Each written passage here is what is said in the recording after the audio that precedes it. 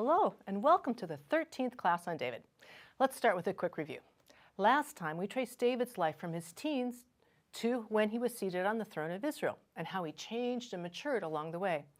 David chose to lengthen his stride and enlarge his embrace, serving and loving more, becoming more and more who God created him to be. Today, even though I've read the text we're going to study many times, the story still seems odd and generates many questions, but the lessons it teaches are painfully obvious. Let's turn to 2 Samuel chapter 6. David again brought together all the able young men of Israel, 30,000. He and all his men went to Baalah in Judah to bring up from there the ark of God, which is called by the name of the Lord Almighty, who is enthroned between the cherubim on the ark. The Ark of the Covenant was a rectangular box, approximately 4 feet long, 2 feet wide, and 2 feet deep. It was made of wood overlaid with gold. The lid was of solid gold and had 2 golden cherubim, which looked like angels at either end, framing the space around the center. This space was called the mercy seat. The ark provided a focus for the Israelites to remember God's history with them and his character.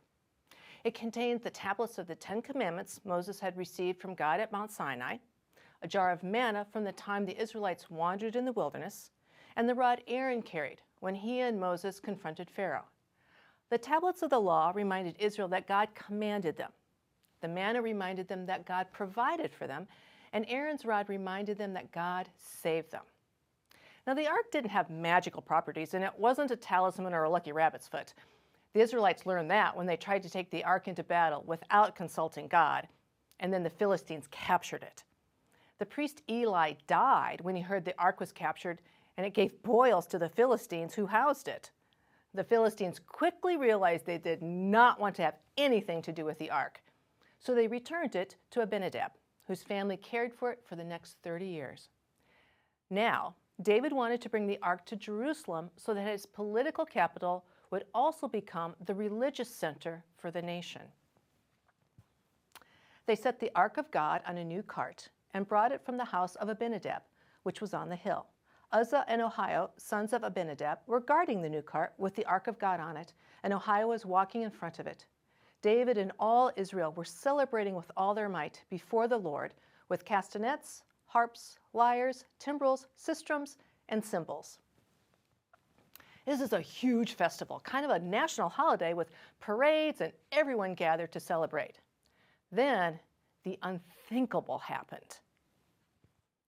When they came to the threshing floor of Nacon, Uzzah reached out and took hold of the ark of God because the oxen stumbled. The Lord's anger burned against Uzzah because of his irreverent act. Therefore, God struck him down, and he died there beside the ark of God.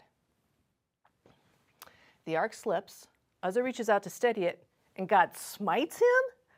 Why would a loving, caring God kill a priest for trying to keep the ark out of the mud? Through the centuries, scholars have puzzled over this story, especially since the text doesn't give us a clear answer of what is going on. But I think we can uncover some clues. First, we know God gave the people very clear directions on how to transport the ark. It had rings on the side for poles to slide through so the Levites could carry it. It was to be moved by people, not animals. Uzzah should have had the Levites carrying the ark, but it seems he chose a new technology. An ox cart is more efficient than men trudging along, but an ox cart is more impersonal. Uzzah had replaced people who were born into the job with an efficient machine. Uzzah has apparently put God in a box and then takes responsibility for keeping God safe from the dust and the mud. We assume it was a natural reflex of Uzzah to reach out his hand, but maybe it wasn't actually the mistake of many years of keeping God safe. The consequence of this kind of life is death, because God will not be managed. He will only be worshiped. We don't take care of God. God takes care of us. The insight is fairly clear. It's fatal to try to take charge of God and put him in a box. Maybe religious sites should have a sign posted, "Beware the God." The author Annie Dillard writes very vividly about this. Does anyone have even the foggiest idea of what sort of power we so blindly invoke? It is madness to wear ladies' straw hats and velvet hats to church.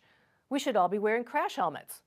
Ushers should issue life preservers and signal flares. They should lash us to our pews, for the sleeping God may awake someday.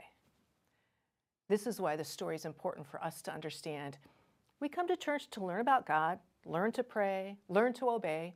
We find truth, words of comfort, forgiveness that sets us free, and a community to join. We get involved, take on more responsibility, and find ourselves helping others find the same truth, comfort, and freedom. That's what's supposed to happen. But then, somewhere along the way, we can cross a line and get bossy for God. We take over God's work and decide it's our responsibility to make sure everyone follows the rules. We slip into the idea that we're important because we're doing important work for God. We start out with enthusiasm and joy, but get sidetracked and become cranky, and then we're at risk for becoming numb to God. We forget the awesome power of God. But God will not be domesticated. The story doesn't end there. Then David was angry because the Lord's wrath had broken out against Uzzah. David was afraid of the Lord that day and said, "How can the ark of the Lord ever come to me?" He was not willing to take the ark of the Lord to be with him in the city of David. Instead, he took it to the house of Obed-Edom, the Gittite. David didn't cower before God. He lost his temper and went home in a snit, pouting because God rained on his parade. So why didn't God strike David down for losing his temper when he killed Uzzah for just touching the ark? David didn't die because he didn't treat God like a box. I mean, how can you get angry with a box? God wasn't some abstract idea or fuzzy feeling for David. David was angry with God because he was in a vibrant relationship with him. Later, when David learned God was blessing the family that was caring for the ark, he decided to try again and bring the ark to Jerusalem. Now King David was told, "The Lord has blessed the household of Obed-Edom and everything he has because of the ark of God." So David went to bring up the ark of God to the city of David with rejoicing. When those who were carrying the ark of the Lord had taken 6 steps, he sacrificed a bull and a fatted calf. Wearing a linen ephod, David was dancing before the Lord with all his might, while he and all Israel were bringing up the ark of the Lord with shouts and the sound of trumpets. David danced with all his might in his underwear. David knew about danger. He had lived on the run, fought Philistines and giants. He was never in a position to take care of God. God wasn't a sheep David cared for, not domesticated, not tame. David knew the only way to survive was for God to take care of him. David was willing to live on the edge of the mystery and in a relationship with a God who can't be controlled. He lived openly, daringly, trustingly, joyfully before God. He danced. When we're going about our normal day, we walk, but when we're head over heels in love, we dance, we jump, we shout, clap, laugh, giggle. Religious places and religious ceremonies are places where we can be joyfully open to God. The reason worship is so important is because it's the way we interrupt our preoccupation with ourselves and give our full attention to God, where we are completely immersed in the presence of God. Of course, not everyone agrees this is the way David should behave. David's wife, Michal, had a very different viewpoint. As the ark of the Lord was entering the city of David, Michal, daughter of Saul, watched from a window. And when she saw King David leaping and dancing before the Lord, she despised him in her heart. When David returned home to bless his household, Michal, daughter of Saul, came out to meet him and said, "How the king of Israel has distinguished himself today, going around half naked in full view of the slave girls of his servants as any vulgar fellow would." Michal was first embarrassed by David dancing, then contemptuous. She thought David should act more like a king, do what other kings were doing, make himself look important. For Michal, God was useful socially. He was good for politics. Michal would have been comfortable walking properly beside David in the ark, but she was dead to God.